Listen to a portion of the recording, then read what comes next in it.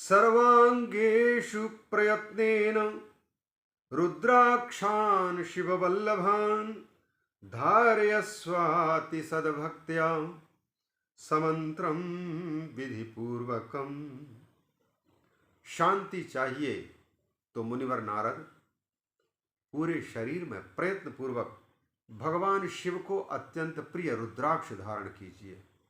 पूर्व में बताई विधियों के अनुसार रुद्राक्ष धारण कैसे करना होता है वो सब बताई जा चुकी है।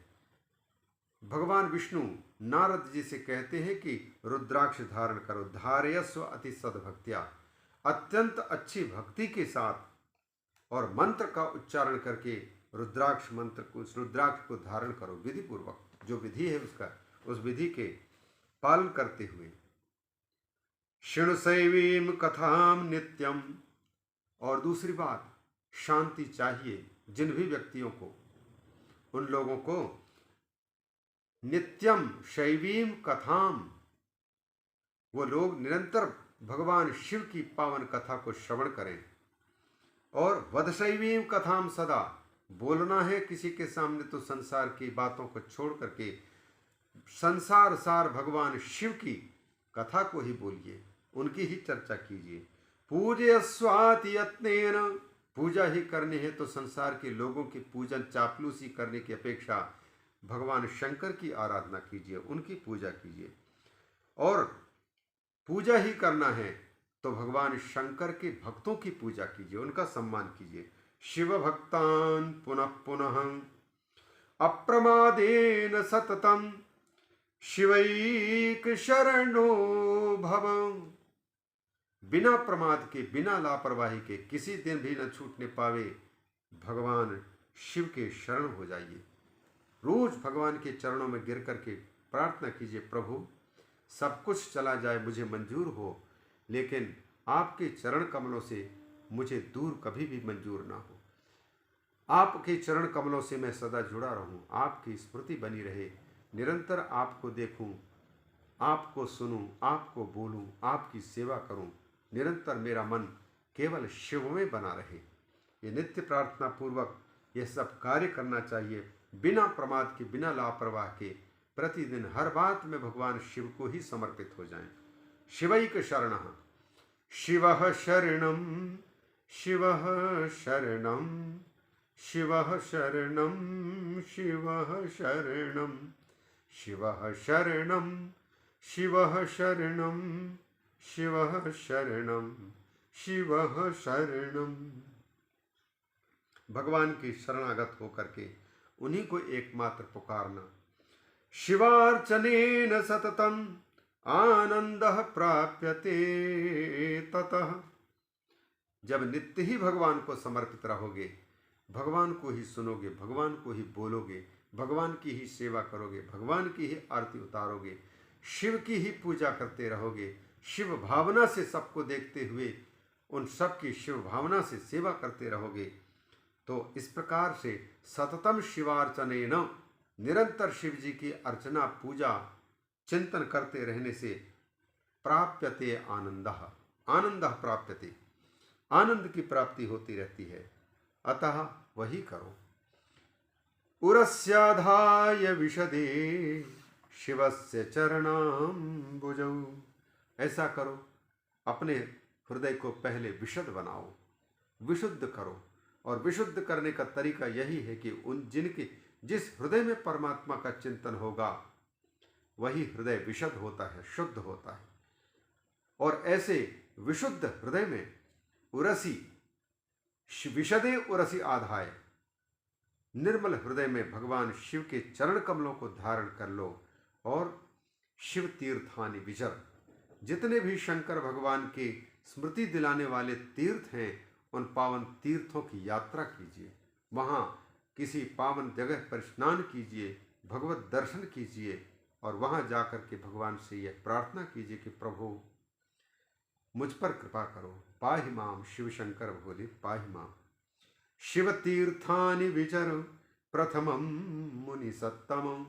सबसे पहले तो कायिक तपस्या, समस्त तीर्थों का परिभ्रमण कीजिए, चित्त की शुद्धि होगी।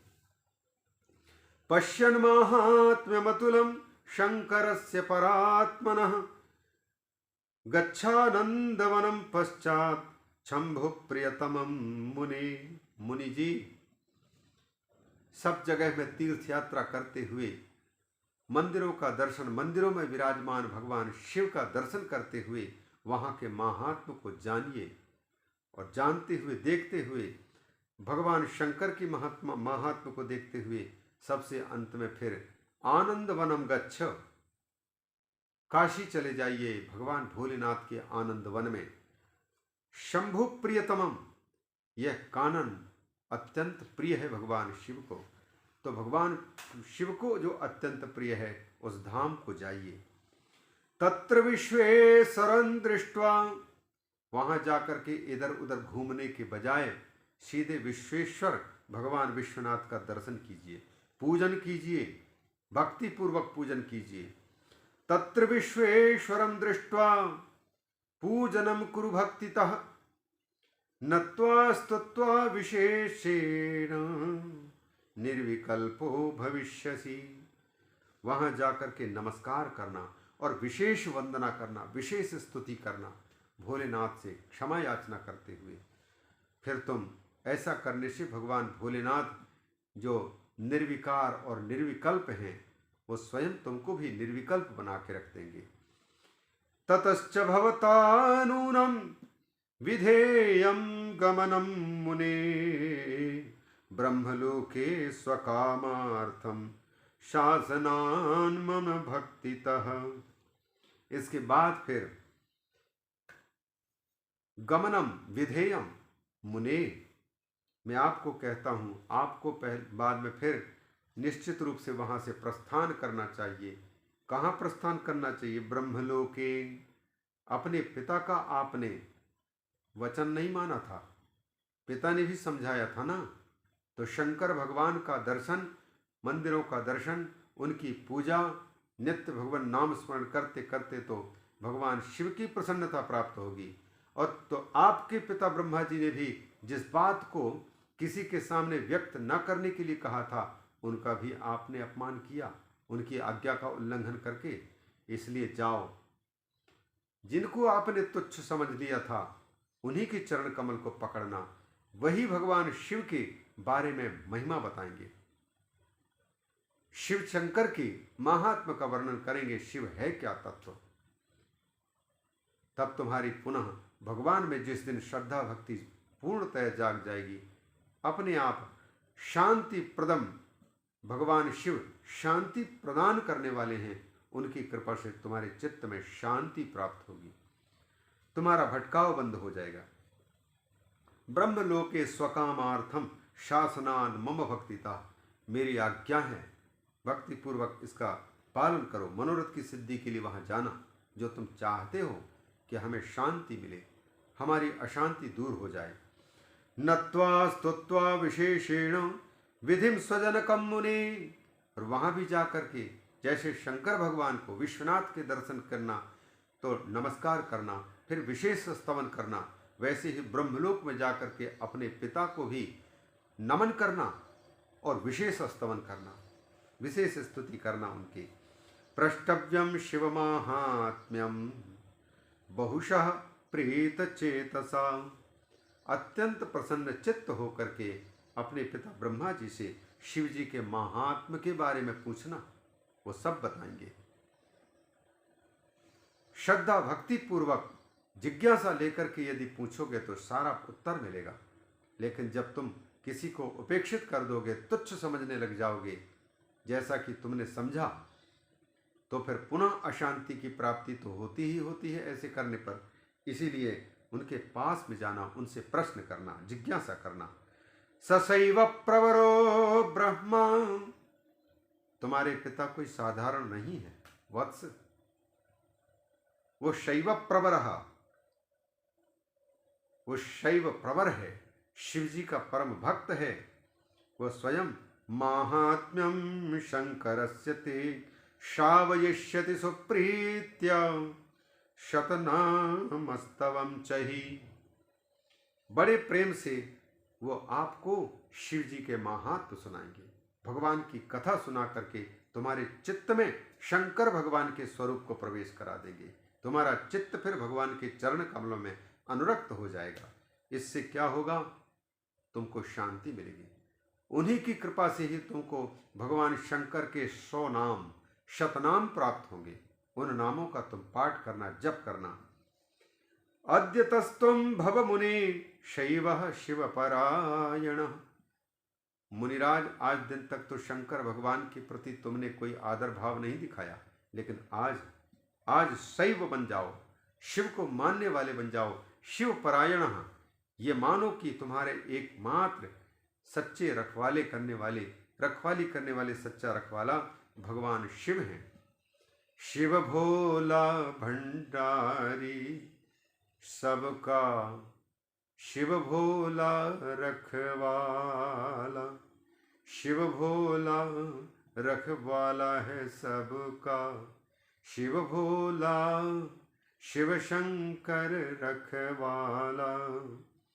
रक्षा करने वाले वही हैं, उनके पास जाओ। मुक्ति भागी विशेषेण शिवस्तेषं विधास्यति। विशेष रूप से मोक्ष के भागी बन जाइए। भगवान शंकर भी विशेष रूप से तुमको मुक्ति के भागीदार बना देंगे। शिवः शमते विधास्यति, भगवान शंकर तुम्हारा कल्याण करेंगे। शम करोति इति शंकरः, शंकर इसलिए कहलाते हैं क्योंकि वह सबका शम माने कल्याण करते हैं, सबको शम माने शांति प्रदान करते हैं, सबको शम माने मन को शमन करते हैं। इसलिए उन्हीं के चरण कमलों का आश्रय ग्रहण करो। इत्थं विष्णुर्मुनिं प्रीत्या उपदिश्य प्रसन्नधीः स्मृत्वा नुत्वा शिवं स्तुत्वा ततस्त्वन्तरधीयत।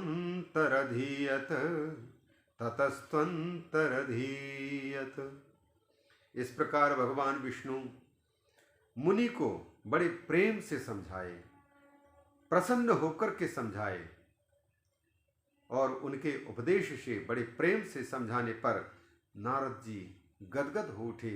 आज चित्त में प्रसन्नता हो रही है। विष्णु भगवान ने प्रसन्न होकर के शांति प्राप्ति का उपाय बताया। शंकर भगवान ही शांत हैं, उन्हीं के चरण शरण ग्रहण करो। तो भगवान को स्मरण करने लग गए नारद उसी वक्त, और नमन किया, फिर स्तवन भी किया। स्मरण, नमन और स्तवन, यह करके, ऐसा करके ये भगवान विष्णु भी और नारद जी भी भगवान शंकर को स्मरण करने लग गए। विष्णु भगवान सबको सिखाना है, इसलिए स्वयं नारद जी को जहाँ कहते हैं कि नत्वा स्तुत्वा, तो फिर स्वयं ही नमन करके और स्तवन करके दिखाना पड़ेगा।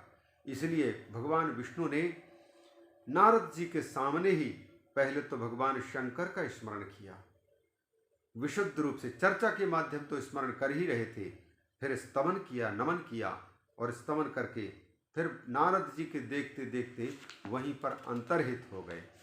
ततस्त्वन्तरधीयत इत्थं विष्णुर्मुनिं प्रीत्या ह्युपदिश्य प्रसन्नधीः स्मृत्वा नुत्वा शिवं स्तुत्वा ततस्त्वन्तरधीयत। इति श्री शिव महापुराणे द्वितीयायां रुद्रसंहितायां प्रथमखण्डे सृष्टिपाख्याने नारदाय विष्णुपदेशवर्णनं नाम चतुर्थोऽध्यायः। श्री शिवार्पणमस्तु। बोलिए शंकर भगवान की जय।